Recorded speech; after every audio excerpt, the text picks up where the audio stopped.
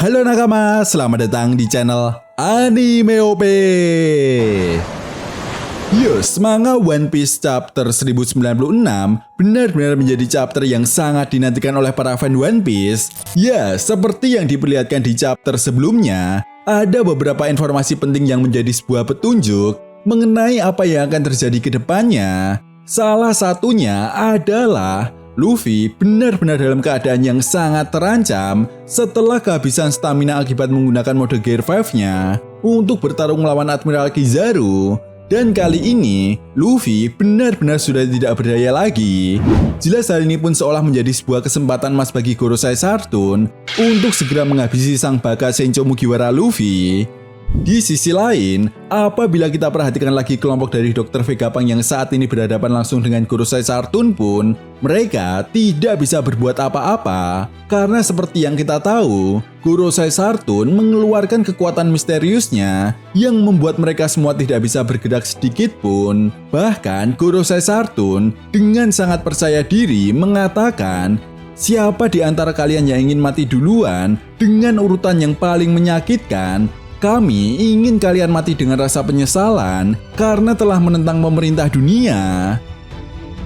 Jelas apa yang dikatakan oleh Gorosei Sartun bukanlah sebuah gertakan biasa, karena faktanya secara tidak langsung kelompok bajak laut topi jerami sudah mengetahui sedikit informasi tentang penelitian yang dilakukan oleh Dr. Vegapunk tentang energi kuno untuk membangkitkan robot kuno yang mana ini berkaitan dengan insiden abad kekosongan atau Void Century.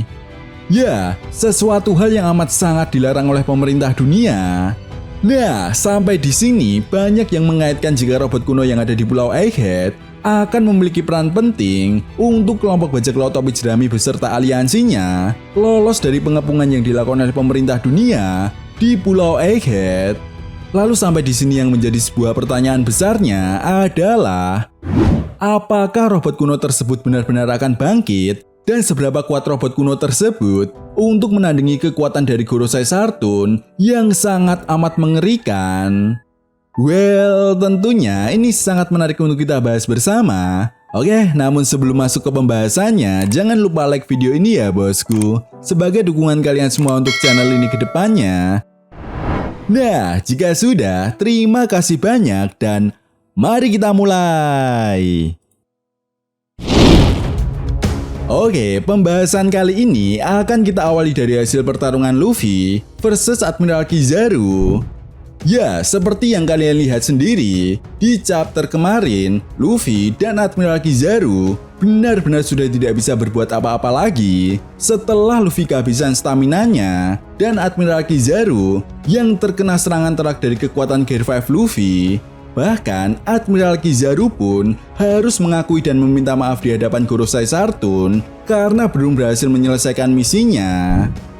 Nah, masalahnya saat ini, di saat genting seperti ini, kenapa kekuatan Gear 5 Luffy tidak berhasil bangkit kembali? Atau kenapa Luffy tidak membangkitkan kekuatan Gear 5-nya? Apakah karena Luffy benar-benar sudah mencapai batasan dalam menggunakan kekuatan Gear 5-nya? Sama seperti yang dikatakan oleh Admiral Kizaru.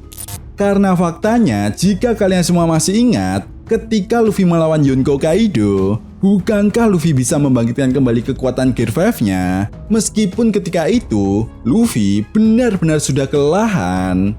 Jelas hal ini pun menjadi sebuah pertanyaan di kalangan para fan One Piece. Sebenarnya, apa yang akan dilakukan oleh Oda Sensei untuk membuat kelompok bajak laut topi jerami bisa membalikan keadaan saat ini? Memang tak bisa dipungkiri, karena faktanya kekuatan Gear 5 Luffy benar-benar bisa diandalkan dalam keadaan yang sangat genting. Namun, apakah kelompok bajak laut topi jerami akan selalu mengandalkan Luffy? Jawabannya tentu tidak. Hal ini pun diakui oleh Gorosei Sartun bahwa kelompok bajak laut topi jerami memiliki kru yang kuat. Artinya, ada sebuah harapan bagi kelompok bajak laut topi jerami untuk bisa lolos ataupun mengalahkan Gorosei Sartun.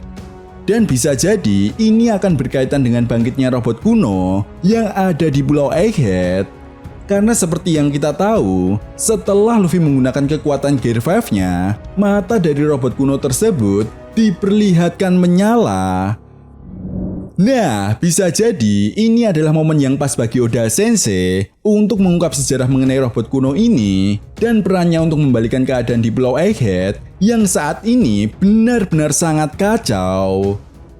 Tentu saja bangkitnya robot kuno ini akan memiliki dampak yang cukup besar dalam cerita One Piece, apalagi robot kuno ini merupakan artefak yang sangat penting di masa abad kekosongan, sehingga kehadirannya kali ini akan memberikan wawasan tentang teknologi kuno dalam cerita One Piece. Ya, meskipun kemampuan lengkapnya belum diketahui sampai saat ini, karena robot kuno ini kehabisan energi sebelum menghancurkan Mary Joyce 200 tahun yang lalu.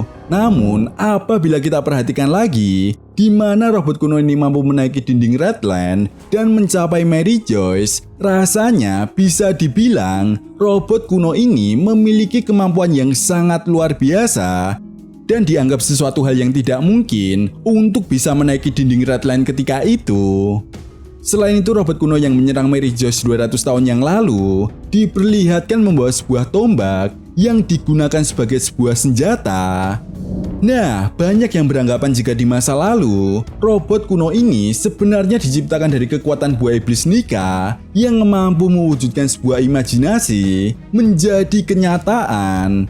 Yap, mungkin cara kerjanya sendiri mirip seperti pasukan biskuit yang diciptakan oleh Sweet Commander Big Mom, yaitu Cracker. Itu sebabnya kenapa Dr. Vegapunk sangat terinspirasi dari robot kuno untuk menciptakan Vega Force One. Namun ada satu hal yang tidak dapat ditiru oleh Dr. Vegapunk, yaitu mengenai sumber energi dari robot kuno ini. Tentu saja hal ini menjadi sebuah bukti bahwa robot kuno memiliki sebuah elemen yang sangat unik. Dan seperti yang pernah dijelaskan oleh Dr. Vegapunk, bahwa dulunya kerajaan kuno memiliki teknologi kekuatan militer yang sangat canggih. Hal ini pun membuat pemerintah dunia sendiri berusaha keras untuk melakukan penelitian demi mendapatkan kekuatan yang dulunya pernah dimiliki oleh kerajaan kuno. Lalu kemudian di sisi lain, hancurnya Vega Force One juga menjadi sebuah indikasi jika robot kuno nantinya akan menggantikan peran dari Vega Force One untuk membawa kelompok bajak laut topi jerami melarikan diri.